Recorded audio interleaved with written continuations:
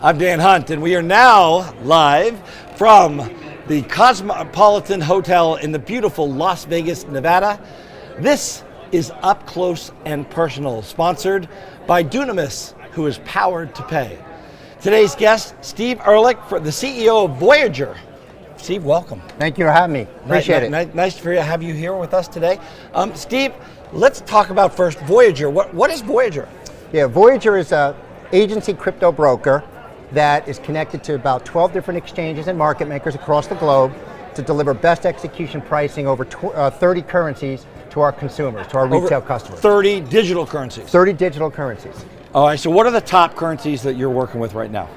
You have the normal top, it's 30 of the top 50. 30 of the top 50. Yes. Oh, okay, so I just interviewed the lead developer of Ravencoin. Is that something that's traded with you guys? We don't have Ravencoin as of today. You don't have Ravencoin yet? We do not have Ravencoin, correct. Okay, but you do have the Bitcoins and the Litecoins and... Bitcoin, Ethereum, Litecoin, then we go down, we've got Verge, we've got our own token, Voyager token. Right. So that, it's a wide group of coins, but mainly 30 of the top 50. And who are your customers? Yeah, our business is actually twofold. First, we go straight to consumers with our iOS app, and we just recently launched our Android app. So we're excited about that. We've seen tremendous pent-up demand for that. So we go straight to the consumer. So let's talk. So a lot of the people that are watching this are people that want to get into crypto. They're not like people that are at this convention. So let's talk about, you have an app. We do. Let's get very specific. Yep. And the consumer has the app, so I loaded on my iPhone. Correct. And you just, I think a few days ago, launched the Android app. Correct. And you have that app. Now, what can I do with it? Well, first and foremost, when you download the app, you will be able to download the app, open an account, go through your know your customer rules, fund the account, everything and trade in 2 minutes or less. We've made it so simple that anyone can actually open an account and trade in 2 minutes or less. In 2 minutes or less? 2 minutes or less. How do I fund the account? You fund the account with a link to your bank account. We have third-party partners that do the bank linking and the processing, and you link your bank account, you move money in, we let you trade immediately. And you can trade immediately? Immediately. Once you're done with your funding, you can trade immediately, no wait time. Now, what about the other side of that? Can I turn my Bitcoin or whatever, cryptocurrency I should say, into cash? Yeah, well, our app allows you to buy and sell. And the other interesting thing about the app is we talked about funding through ACH. You can also fund your account by bringing 7 different coins into the app. So right. Bitcoin, Ethereum, there's a few others, Litecoin, that you could bring those coins in to fund your account and sell for dollars and link your bank and move the cash right back out. And move the cash right back out into your account. Right back out. That is just incredible. Now, here you are at World CryptoCon 2019. I know you were one of the sponsors of the poker tournament the other day. Tell me about your experience of sponsoring, that event was really an exciting event. That event was amazing. It also was an extra added value that our CMO wound up making the last table. He made the final table. He made the final table. So, he went home with a nice prize. Unfortunately, it doesn't come back to the company. We let him keep it. But he was there with the pros. And just great for Voyager, for the brand. You announcing it was just awesome. It was just such a great event. We're looking forward to that, more of that in the future. Yeah, it really was a fun event. And what was your CEO's name? CMO, Steve Capone. Steve Capone. So Steve was at that table with Scotty Nguyen, 5-time World Series of Poker winner, 5 times! He hasn't stopped talking about it. That's all he says. We were out to dinner last night. He's like, who was at the final table? And I'm like, I don't think I'm ever going to hear the end of this one. So, but good for him. It was great. I'll tell you what, it was really even an experience for me to sit with those 2 poker pros at the table, and just, it was just really incredible. It was fun to watch, exciting for our CMO. Just playing at a table with those pros is amazing, right? I mean, yes. Yeah, like anything else. If you're sitting at anything or doing any activity with a professional, it's amazing. It's amazing. And David Williams, one of the other pros, was there, and it was down to 3. 3 pros, right? No, it's not 3 pros. It was 2 pros and a Bitcoin guy. Okay. And David Williams, the pro, sat down with that Bitcoin and was helping him. So, and coaching him along the way. And so, everybody had a lot of fun at that event. So Steve, let's talk a little bit about you. You're the CEO of a large company, not just in the industry, but you have a lot of ins and outs with SECs and alphabet, different government agencies. You got to jump through a lot of hoops to get to where you are today. Well, even more, because I think the one thing we haven't talked about yet, and haven't let you know, is that we're a public company too. On top of that, you're a public company. We're publicly traded on the Canadian Securities Exchange, wow. symbol VYGR. So not only do we go through the regulatory hoops of FinCEN and money licenses in all the states in the U.S., we have to get audited. We have public financials that have to get disclosed. It's a whole other challenge that nobody else is doing. Well, it takes a lot of mindset and a different kind of person to get there. So let's talk about you. Where'd you grow up? Where are you from? Yeah, I'm a New Yorker, born and raised. Born on Long Island. Lived pretty much my whole life there. Love the energy of New York. It's a great place to grow up. It's just the energy of New York is what I think drives me. It's one of the most important things that formed who I am and how to execute and get things done. You don't live in that area. You don't work in that area unless you know how to navigate all the loopholes. All the loopholes, everything. It's all about the deal, right? It's all about the street smarts. I once had the honor of sitting in a small group with Frank Sinatra, and he talked about New York, the greatest city in the world, but something that just hit me as you said that. He said, but if you don't know the street lingo, stay the hell out of New York, he said. Just get the hell out. So. That's right, but that's New York. That's what makes it exciting. It's always exciting. I mean, there's nothing better than, it's 10 o'clock at night, maybe you've worked the whole day and you're like, what am I gonna do? Oh, I'm gonna go eat dinner. I mean, how do you do? I mean, there's just no city in the world like that. It's the best. You're also an avid baseball fan. I'm a huge baseball fan. Is that something that taught you the disciplines of what you do today? Well, I'm a huge sports fan, right? And so just following, I always give a lot of credit to the math that I've always done by watching baseball. And the reason is like you kind of know the batting average, right? Guy was 1 for 3 on the day, he batted 333. So I learned a lot of math from sports, but it also gives you discipline. I played sports. I played college sports. I played lacrosse in college. I played a little bit of Basketball. I played lacrosse. Is that a real spot? It's now huge. It's, when I played 30 years ago, it was played in New York, Long Island, upstate New York. Now it's everywhere. But now it's everywhere. But growing up, when I grew up in California, there wasn't lacrosse. No, lacrosse wasn't. It was baseball, basketball, and surfing. Football, and surfing. Well, surfing just a little.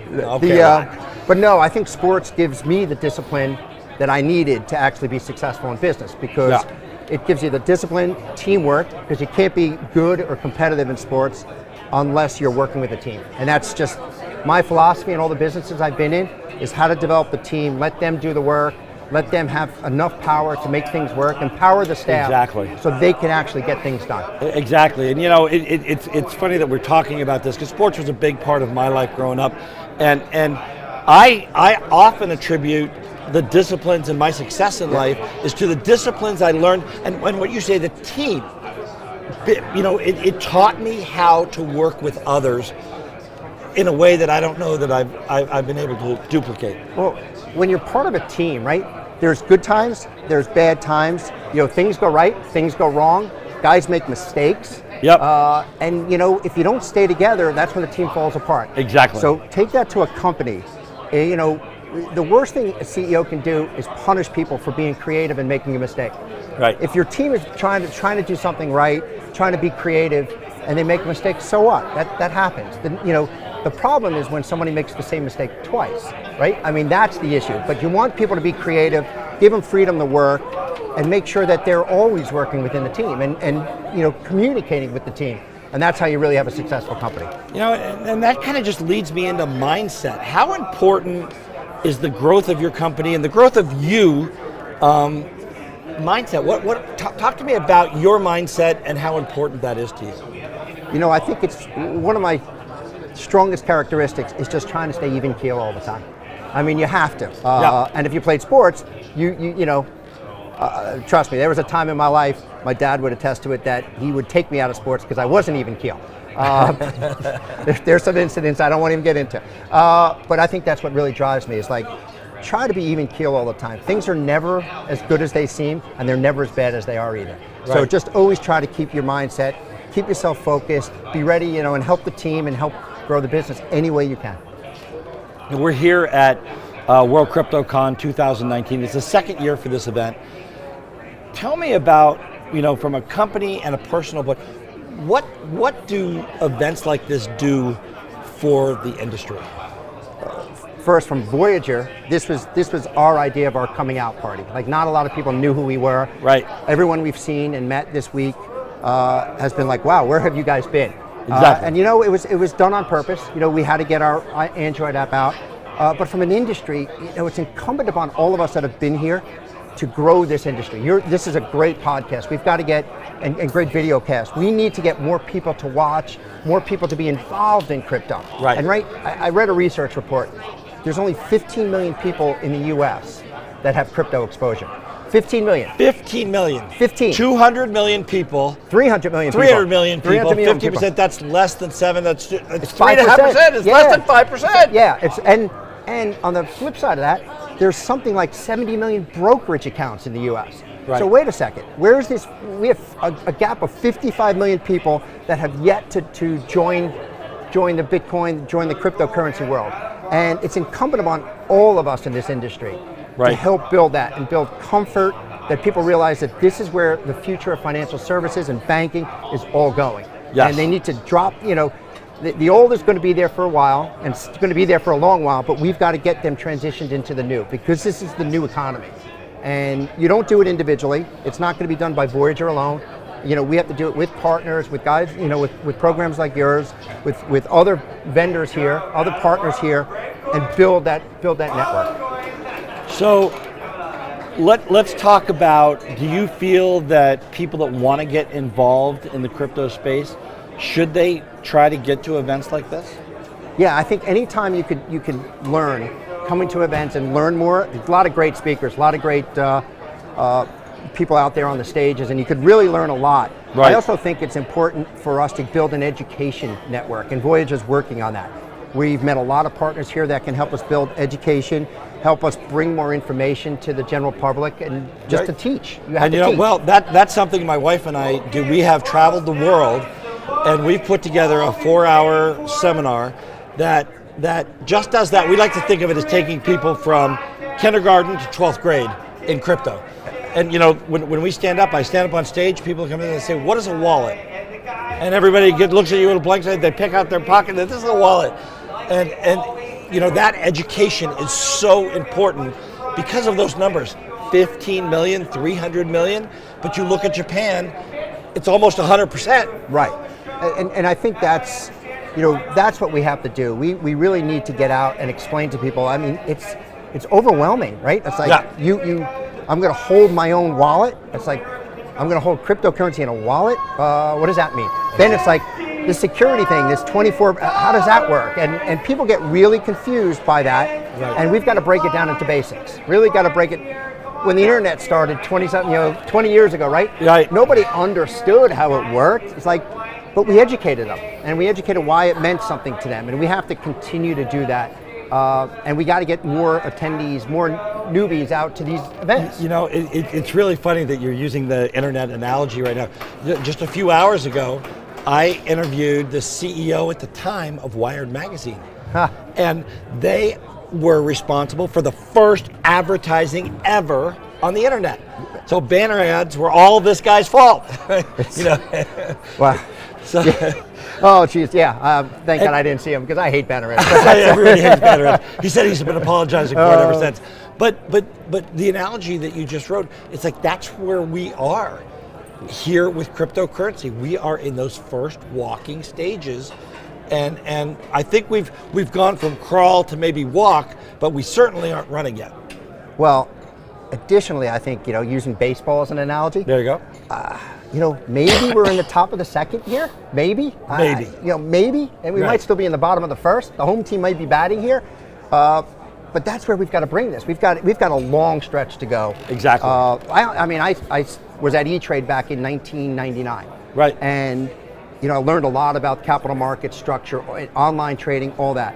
But if you remember, then we still had such a small percent of the population online trading. Yes. We had to convince them that was the best thing for them, and it was done through price, but then they had to get comfortable with security on that. So Exactly. we're in the early stages. You know, like I said, bottom of the first, top of the second. Long way to go. A lot of great products, projects, people in the industry. We've just got to get them noticed to everybody else.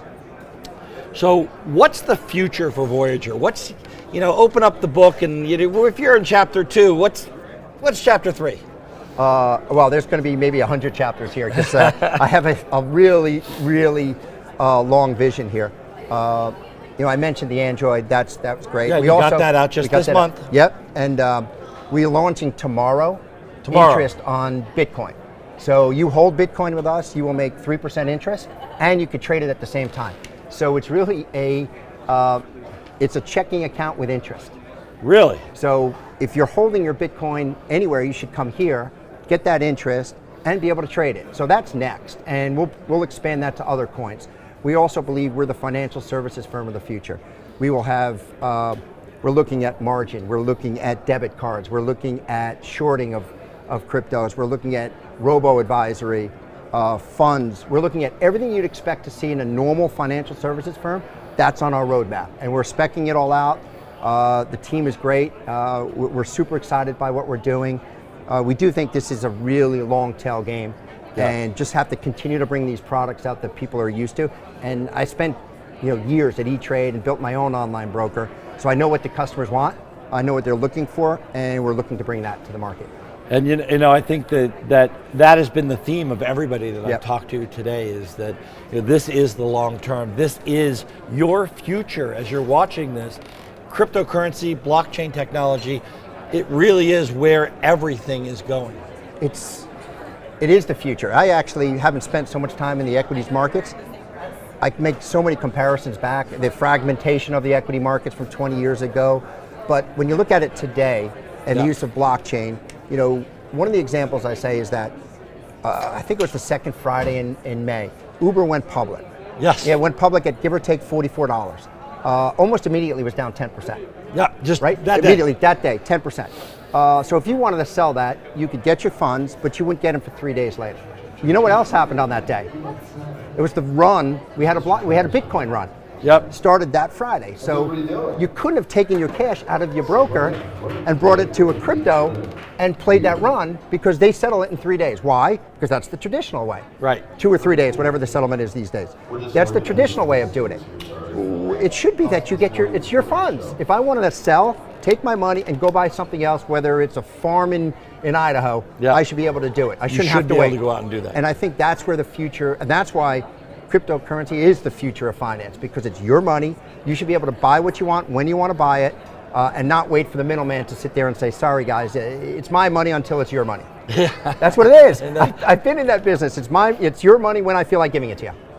Because go to a broker dealer as well and say, I want my funds back. There's always a delay period. There's always a delay period. Always, yeah. Yeah, like we have to put it to the funds department and you'll get your money eventually. Yeah. It doesn't work like that. It shouldn't work like that. And then, nowadays when the bank gets that wire from them, they hold on to it for another day or two.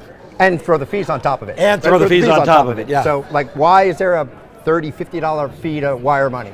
I'm sure it doesn't cost $30, $50 in the background. I know. There's no way. There's no way. All right, well, Steve, thank you so much. It's been a true Thank you. pleasure. Appreciate it. I really enjoyed meeting you. And thank you so much for sponsoring the poker tournament. We look forward to having you there next year as well.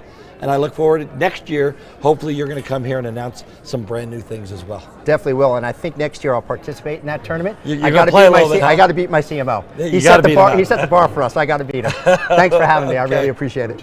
I'm with Steve Ehrlich, CEO of Voyager. Guys, you want to check out the app in the Apple Store or in the Google Play Store. Absolutely incredible. You want to get a hold of this. Also, there'll be links to that in the description of this video on YouTube.